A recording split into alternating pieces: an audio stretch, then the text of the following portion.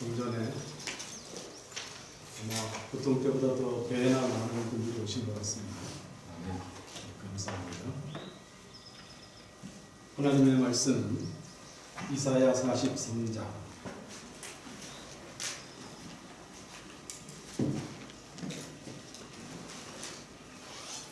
이사야 43장 1절에서부터 7절까지 제가 봉독하겠습니다. 이사야 43장 1절에서 7절까지. 야곱아, 너를 창조하신 여호와께서 이제 말씀하시느니라. 이스라엘아, 너를 조성하신 자가 이제 말씀하시느니라. 너는 두려워 말라. 내가 너를 구속하였고 내가 너를 지명하여 불렀나니 너는 내 것이라. 내가 물 가운데로 지날 때 내가 함께할 것이라. 강을 건널 때 물이 너를 침몰치 못할 것이며 내가 불 가운데로 행할 때 타지도 아니할 것이요 불꽃이 너를 사르지도 못하리니 대전하는 여호와 내 하나님이여 이스라엘의 거룩한 자여 내 구원자임이라. 내가 애굽을 너의 속량물로 구스와 스바를 너의 대신으로 주었노라. 내가 너를 보배롭고 존귀하게 여기고 너를 사랑하였은즉 내가 사람들을 주어 너를 바꾸며 백성들로 내 생명을 대신하리라. 두려워 말라. 내가 너와 함께하여 내 자손을 동방에서부터 오게 하며 사방에서부터 너를 모을 것이며 내가 북방에게 이르기를 놓으라. 남방에게 이르기를 구류하지 말라. 내 아들들을 원방에서 이끌며 내 딸들을 땅끝에서 오게 하라. 무릇 내 이름으로 일컫는 자, 곧 내가 내 영광을 위하여 창조한 자를 오게 하라. 그들을 내가 지었고 만들었느니라. 이사야 43장 1절에서 7절까지 봉독해 드렸습니다. 오늘 제목을 두려워 말라 너는 내 것이라 라는 제목으로 지었습니다. 두려워 말라 너는 내 것이라. 오늘 이 말씀의 배경은 이 바벨론의 이스라엘 민족이 포로됐을 때의 이야기입니다. 이 이스라엘이 솔로몬 이후에는 나라가 갈라지고 먼저 북방 이스라엘이 아시리아에 의해서 점령당하고 그 이후에 한 130년 지나서 결국은 우여곡절 속에 남방 유다도 멸망을 당했는데 그 멸망당할 때 그 예루살렘 자기네들이 그렇게 우러러보고 자랑스러워했던 그 예루살렘이 완전히 파괴됐어요. 완전히 파괴됐어요. 그 다음에는 그 거리들이 다 망가지고 그 다음에 그곳에 있는 사람들이 얼마나 많이 죽었을까요? 다른 나라가 쳐들어와가지고 황폐화시키는데 수많은 사람들이 죽고 자기의 가족을 잃고 어떤 사람은 완전히 다리를 잃고 손을 잃고 난리가 났어요. 그리고는 또 귀족과 또 왕족들은 끌려서 바벨론으로 갔습니다. 그렇게 노예로 끌려가서 시간이 이제 한참 지나가지고 자기네들이 가만히 생각해 보니까 이거 참 웬일이냐, 우리가 왜 이렇게 되었는가. 자기 처지가 너무 낙담이 됐어요. 너무나 또 그 시간이 오래 가니까. 그래서 그 마음속에 어떤 생각이 들었느냐면 우리가 경배하고 우리가 제사 드렸던 그 하나님이 정말 하나님이신가? 왜냐하면 지금 우리들을 이렇게 놔둘 수가 없어요. 우리들을 이렇게 비참하게 놔둘 수가 없거든요. 그 하나님이 정말 위대한 하나님이신가에 대한 생각이 들었고, 그 다음에는 우리가 정말 그 하나님의 택하신 백성인가? 하나님께서 부르신 백성이라고 하면 우리가 이렇게 이방 민족에게 비참하게 끌려오고 내 모든 수도가 함락되고 사람들이 죽고 이렇게 끌려온 이 노예 생활이 이렇게 길 수가 없다. 여러분, 이 이사야서 43장은 그런 배경 가운데 쓰여졌어요. 그런 배경 가운데. 이 성경에 나온 이 배경은 우리와 같아요. 우리가 예수 그리스도를 믿고 살지만 그러나 여전히 우리는 놀라운 일을, 어려운 일을 겪는 것입니다. 우리가 그리스도인으로 산다고 해서 우리의 길이 평탄하지가 않아요. 세상 사람들이 겪는 모든 어려움을 우리도 겪는다는 것입니다. 그때마다 우리의 마음속에 과연 우리의 하나님은 계시는가? 나는 과연 하나님의 아들인가 딸인가 그런 생각을 하게 된다는 것입니다. 여러분, 우리는 어쩌면 우리의 미래가 어떻게 될 것인가에 관해서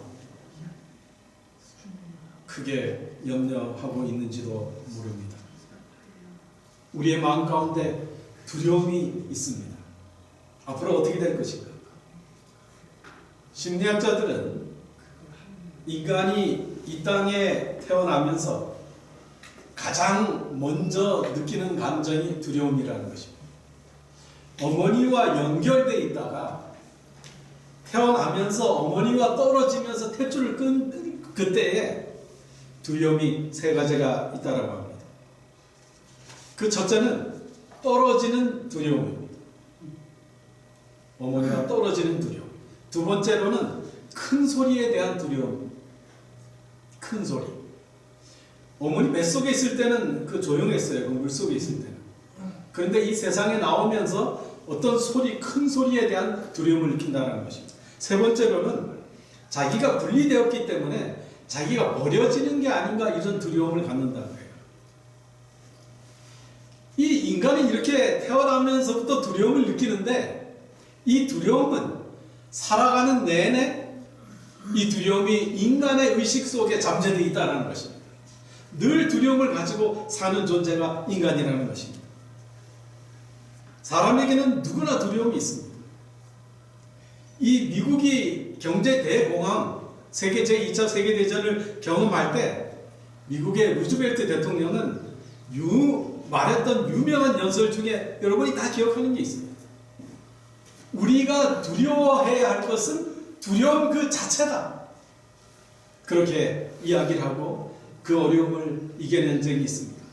과연 이 두려움이라는 것은 어떻게 생겨난 것인가요? 두려움이라는 것은 아담과 하와가 하나님과 함께 그 에덴 동산에서 살 때는 아무 두려움이 없었어요. 그런데 첫 번째 두려움이 창세기 3장 10절에 나오는데 이르되 내가 동산에서 하나님의 소리를 듣고 내가 벗었으므로 두려워하여 숨었나이다. 그러니까 인간이 겪는 최초의 두려움은 하나님과 분리되었을 때 느끼는 감정인 것입니다. 하나님과 분리될 때, 삶과 아기가 분리될 때 느끼는 것이 두려움입니다. 처음에 두려움이 그렇게 나타났어요. 이 어떤 사람, 에드 영이라는 사람이 지금 나는 두렵다라는 책을 썼어요. 지금 나는 두렵다라는 책을 썼는데 그 책에 보면 사람에 따라서 시대에 따라서 그 느끼는 두려움이 아주 각자 다양하다라고 합니다. 오늘 이 시대, 오늘 현재 우리들이 살고 있는 시대의 두려움을 조사해 보니까 그 가지수가 645가지나 되었어요. 그런데 이 사람마다 그 두려움에 대해서 느끼는 게 다 다르다고 해요. 그래서 다른 사람들은 전혀 두렵지 않은데 나는 그 일에 특별히 두려워요. 예를 들어서 어떤 특정 동물에 대한 두려움이 있습니다. 거미 공포증. 거미 공포증 있대요. 바퀴벌레 공포증. 개 공포증. 우리 집사람은 워킹하러 가는데 지네가 이렇게 지나가는 걸 갑자기 봤나 봐. 그 자리에서 펄떡펄떡 뛰면서 얼마나 무서워하는지. 아니, 남편한테 그렇게 무서운 사람이 이렇게 벌레를 그렇게. 그런데 어떤 사람은 장소에 대한 두려움도 있습니다. 고소공포증, 폐쇄공포증, 치과공포증도 있어요. 또 어떤 사람은 사람에 대한 두려움도 있어요. 장모공포증도 있대요. 상사공포증, 심지어는 아내공포증. 그 경처가 있지 않습니까? 우리 교회도 그런 사람이 있는데 부인만 보면 경기 드는 사람 경처. 결국 하나님을 떠나서 사는 사람들은 두려워할 이유가 없는데도 두려움을 느끼고 살기 때문에 죽을 때까지 그 두려움을 떠나지 못한다는 것입니다. 문제는 뭔가 하면 그 두려움은 평안을 뺏는다는 것입니다. 결코 평안해질 수가 없다는 것이죠. 여러분, 이 성경에 보면 하나님께서 가장 많이 당부하시고 명령하신 말씀이 두려워하지 말라는 것입니다. 어떤 사람이 성경에서 두려워하지 말라라는 말을 세어봤더니 365번, 365번, 366번 그렇게 계산한 사람이 있어요. 이와 똑같은 말이 365번 나오는 말이 또 뭐가 있을까요? 이수양 집사님. 응? 아이 큰 소리로 말해봤어. 네? 감사. 그래도 기억을 합니다. 감사하라는 말이 또 그렇게 적혀 있습니다. 두려워하지 않고 매일매일 두려워하지 않고 매일매일 감사하는 것 하나님의 명령입니다.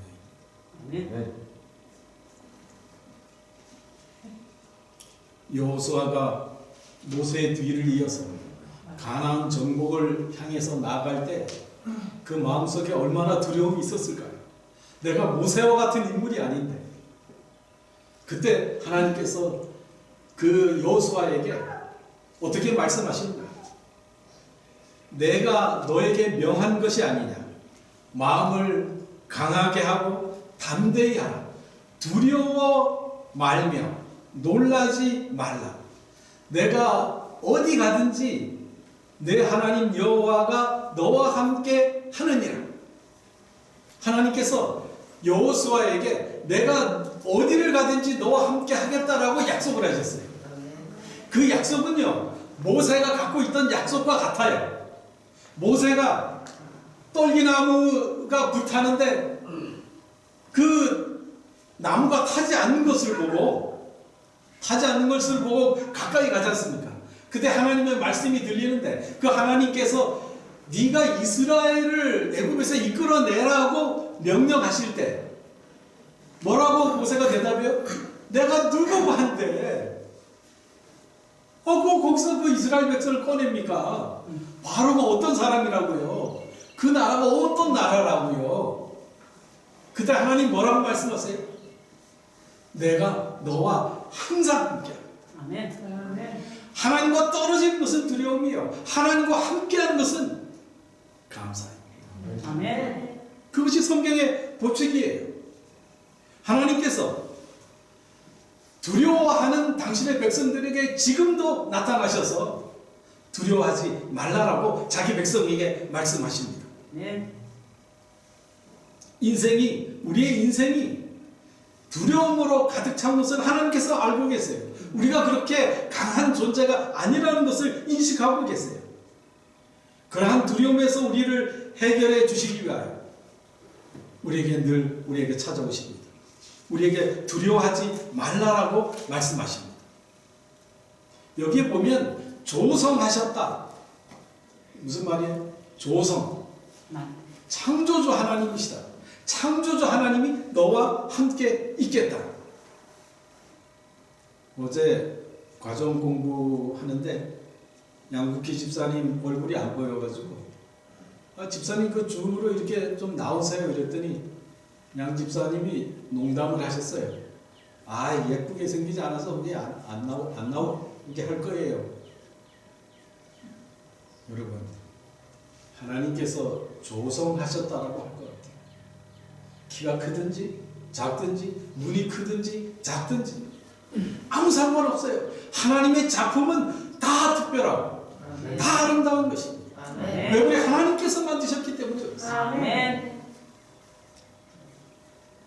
하나님께서 당신의 작품이기 때문에 여러분 내 거는 다 소중한 거예요. 내 거는 어린아이들 그 자기 거라고 싸우는 거 좀 보세요. 얼마나 열심히 싸우는지 몰라. 그 별거 아닌데도 그게 자기 거라는 거예요. 자기 거. 하나님께서 말씀하시기를 너는 내 거라고 말씀하신다.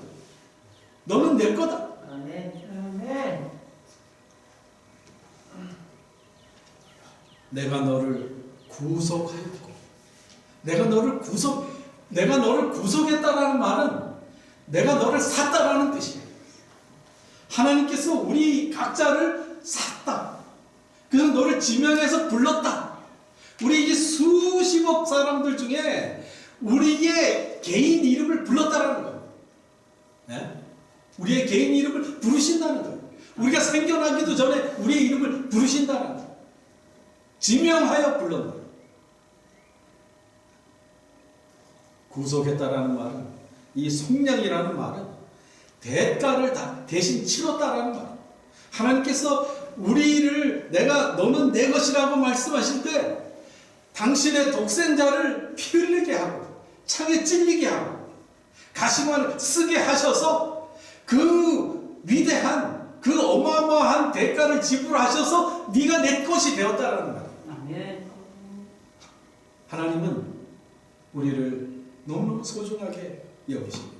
네. 하나님께서 호렙산에서 모세야 모세야 이렇게 부르시는 것처럼 또 여호와의 성전에서 사무엘아 사무엘아 하고 부르시듯이 모리아 산에서 이삭을 칼로 잡으려고 찌르려고 할 때 하나님께서 아브라함아 아브라함아라고 부르시듯이 하나님께서 우리 개인의 이름을 부르신다는 거예요.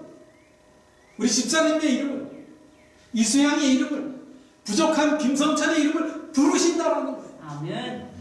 계속 부르시는 거예요. 아멘. 하나님께서 한 번 부르시고 끝나는 게 아니에요. 우리가 넘어지고 또 넘어지고 실망할 때 이 이스라엘 백성들이 자기가 잘못해서 잡혀온 거예요. 하나님께 반항해서 우상을 섬겼기 때문에 잡혀온 거예요. 그러나 하나님은 그 이스라엘 백성을 택하셨기 때문에 그 이스라엘 백성을 부르신다.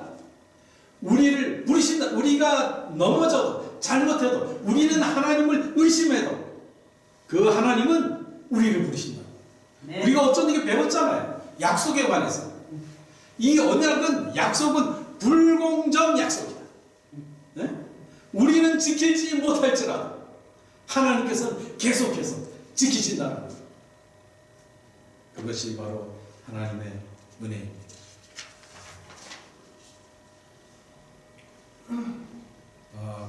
권위 있는 기독교 잡지사에서, 우리 교회 잡지사가 아니고 권위 있는 기독교 잡지사에서 목사님들을 대상으로 설문조사를 했습니다.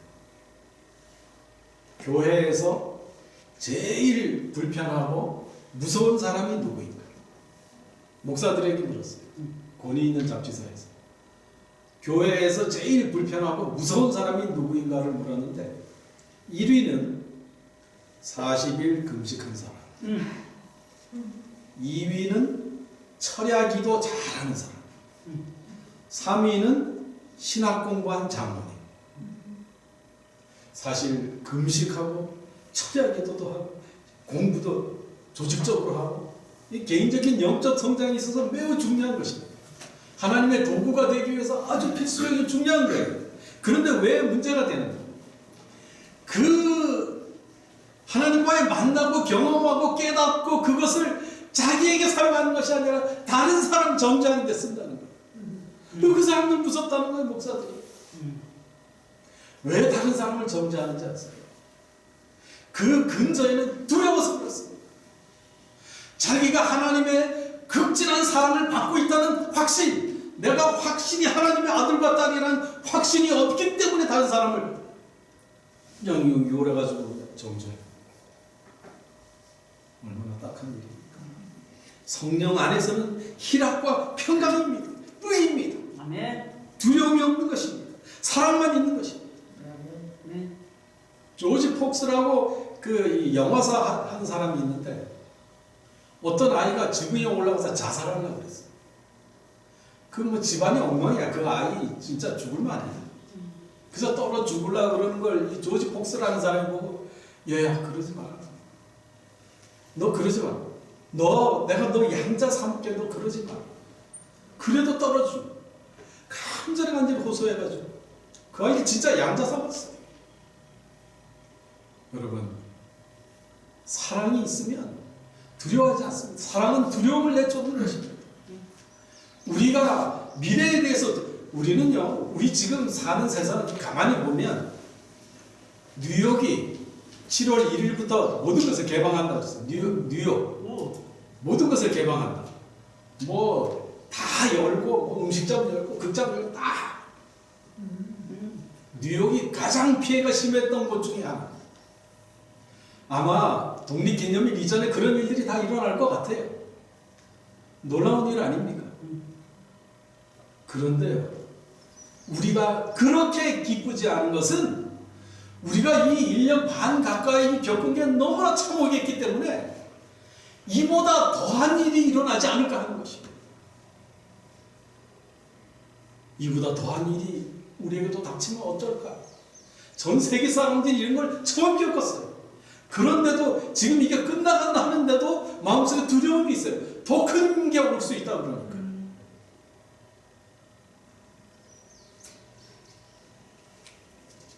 주 안에 있는 자에게 땅 근심이 있어요. 주 안에 있는 자에게 땅 근심이 있어요. 말씀하시기를 물이 너희를 덮쳐도 불이 너희를 덮쳐도 내가 너희를 구하겠다라고 하나님께서 약속하십니다. 네. 여러분, 일본의 그 쓰나미 옛날에 그 왔던 거 여러분 기억나십니까? 우리 TV로 많이 보도됐잖아요. 그 쓰나미 속도가 얼마나 빠른지 아십니까? 쓰나미 그 속도. 우리가 보통 70마일, 80마일 이렇게 50마일 존에서 이렇게 딱 운전하다 7, 80마일로 지나가면요, 이 차가 굉장히 빨리 지나가요. 그렇게 느껴져요. 사실 50마일도 가만히 있다가 이 차가 지나가면 굉장히 빨라요. 근데 우리는 그 안에 있기 때문에 잘 느끼지 못합니다. 그런데 그 차가 더 빨리 가면 150마일, 200마일로 가면 얼마나 빠를까요? 말도 못하게 빠르죠. 쓰나미요. 쓰나미 500마일. 그러니까 엄청나게 무서운 거예요. 그 엄청난 무서운 물속에서 내가 너를 구하겠다. 아멘. 내가 이 땅을 지은 하나님이다. 아멘. 그걸 약속해 주고 있습니다. 아멘. 믿음이 필요합니다. 아멘. 하나님의 그 약속을 믿지 못하는 것이 불신입니다. 내가 과연 구원 받을까 못 믿는 것이 불신이요. 그 사람은 불신이에요. 제가 며칠 전에 그 오재훈 목사님 댁에 갔어요. 3시간 운전해가지고 혼자서. 그 가니까 그 에시빌 교회에 두 신실한 여집사님이 정리하고 계세요. 여자분 둘이서 여집사님이 나이도 꽤 드셨는데 신실한 분들이 이렇게 일을 하고 계시는데 그 안에 있는 것들을 다 희사를 하셨기 때문에 뭐 건물이고 뭐 재산이고 다 희사하신 거예요. 그래서 이제 책을 어떻게 없애기 정리하기 위해서 미국 목사들도 오라고, 미국 목사들도 자기 아이들 다 데리고 와서 하고, 박진영 목사님에서는 밴으로 왔고 저는 혼자 갑니다. 그래서 이렇게 보는데 그 오재훈 목사님에 대한 제 개인적인 좀 기억이 있어요. 그거는 제가 그 신학교를, 상명대학에 있는 신학교를 다닌 적이 있는데 그 다닐 때 그분이 교수였어요. 교수였는데 다른 분들과 확연히 달랐어요. 그분이 하는 말은 뭐 이렇게 아주 이렇게 조리 있다라기보다는 그 말씀에 깊이가 있었어요. 그게 늘 생각이 나는데요. 오재훈 목사님 그 에시빌에 거의 20년 계셨다고 해요. 그렇게 계시다가 이제 돌아가시고 부인도 돌아가시고 이제 그렇게 됐는데 이렇게 책을 이렇게 구경하고 있는데 그 목사님이 쓴 그 이렇게 저기 노트를 내가 보게 됐어요. 파일에 든 노트를 봤는데 그 파일 중에 제 마음에 들어오는 어떤 그 이렇게 공부한 이 내용 제목이 상실되는 것이 더 어렵다. 상실되는 것이 더 어렵다. 그러니까 구원받는 것이 더 어려운가? 구원을 못 받는 게 더 어려운가? 그런 내용으로 이제 시작하는 거예요. 여러분, 우리 교단은 제가 조사한 바도 그렇고 대부분이 구원의 확신을 갖지 않기로 교육합니다. 구원의 확신을 갖지 않기로 교육을 해요. 제가 신학교에서 경험한 거예요. 그러니까 어떤 신학자는 그렇게 강의 시간에 그렇게 해요. 그런데 구원론을 가리키는 교수나 구원론에 관해서 책을 쓴 사람을 내가 개인적으로 우리 분위기는 이러니 어떠냐 그러면 확신을 가져야 된다. 제가 경험한 이삼용 목사, 여기 샬롯에 있는 박진영 목사, 돌아가신 신동천 목사, 많은 사람들이 그 문제에 관해서 연구한 사람들이 구원의 확신을 가져야 되는 사람입니다. 그런데 이 오재훈 목사의 그 얘기를 듣고 참 기뻤어요. 그런 사람을 또 발견했으니까. 그런 학자가 그렇게 그게 중요하다고 써놨어요. 거기다 뭐라고 썼냐면 하나님께서 의지를 강요할 수는 없다. 네? 의지를 강요할 수는 없어도 그 외에 모든 일을 하신다. 그게 무슨 말이에요? 내가 하나님께 하나님 내 믿습니다. 저를 받아주세요. 그 이후는 하나님께서 책임지신다는 거예요. 하나님께서 책임지신다는 거예요.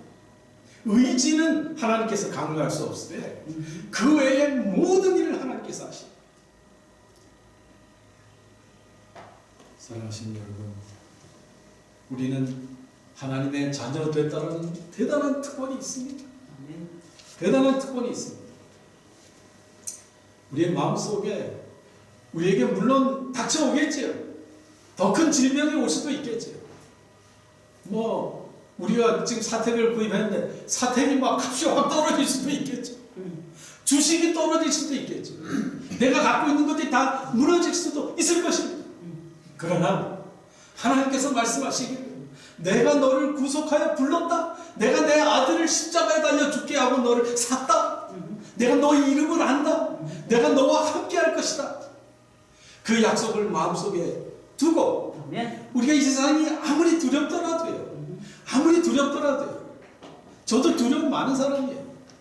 믿음을 가집시다. 아멘. 하나님께서 우리와 함께 계실 때 아멘. 우리는 감사할 수 있다는 것입니다. 아멘. 여러분, 세계 제2차 대전 때 미국 청년들이 전쟁터에 나가서 죽은 숫자가 30만 명. 전쟁터에 나가서 30만 명이 죽었어. 코로나로 훨씬 더 많은 사람이 죽었어. 애도 더 죽었어. 그런데 제가 그 얘기 하려고 그러는 게 아니고 30만 명이 죽었는데 그 전쟁터에 나가 있는 아들이요, 내 자식이요, 남편이기도 할 거 아니에요. 그 자식이 어떻게 될까 그 걱정해가지고 심장병 때문에 미국에서 100만 명이 죽었어요. 실제로 전쟁터에 나가서 30만 명이 죽고 그 자녀들 남편 걱정하느라고 미국에서 100만 명이 죽었다는 통계가 있어요. 사랑하신 여러분, 많은 사람들이 죽음에 대한 미래에 대해서 걱정을 합니다. 제신을 안 시킨 예수 재림교회는 구원에 대한 걱정을 합니다. 여러분이 모든 것을 하나님께 맡기시기 바랍니다. 아멘. 그분이 여러분과 함께 하십니다. 구원하신다는 확신이 있습니다. 아멘. 약속해 주셨습니다. 그래서 우리가 어떤 일이 우리에게 닥쳐온다 할지라도 우리가 믿는 하나님이 나를 구원해 주시리라. 구원해 주지 않는다 할지라도 불 속에 들어가는 다니엘의 친구들을 보세요. 하나님께서 우리를 구원해 주실 것입니다. 그러나 구해 주시지 않는다 할지라도 우리는 금신상에 절하지 않겠습니다. 그 3명이 들어갔는데 4명이 보였다. 4명. 예수님과 같이 계셨어요. 예수님이 약속하셨기 때문에 그랬어요. 두려워 말라. 너는 내 것이다. 아멘. 사랑하신 여러분이 우리가 그 하나님을 마음속에 두고 믿음을 가지고 정말 평안한 삶을 하루하루 살게 되시길 바라면서 말씀을 주십시오. 아멘.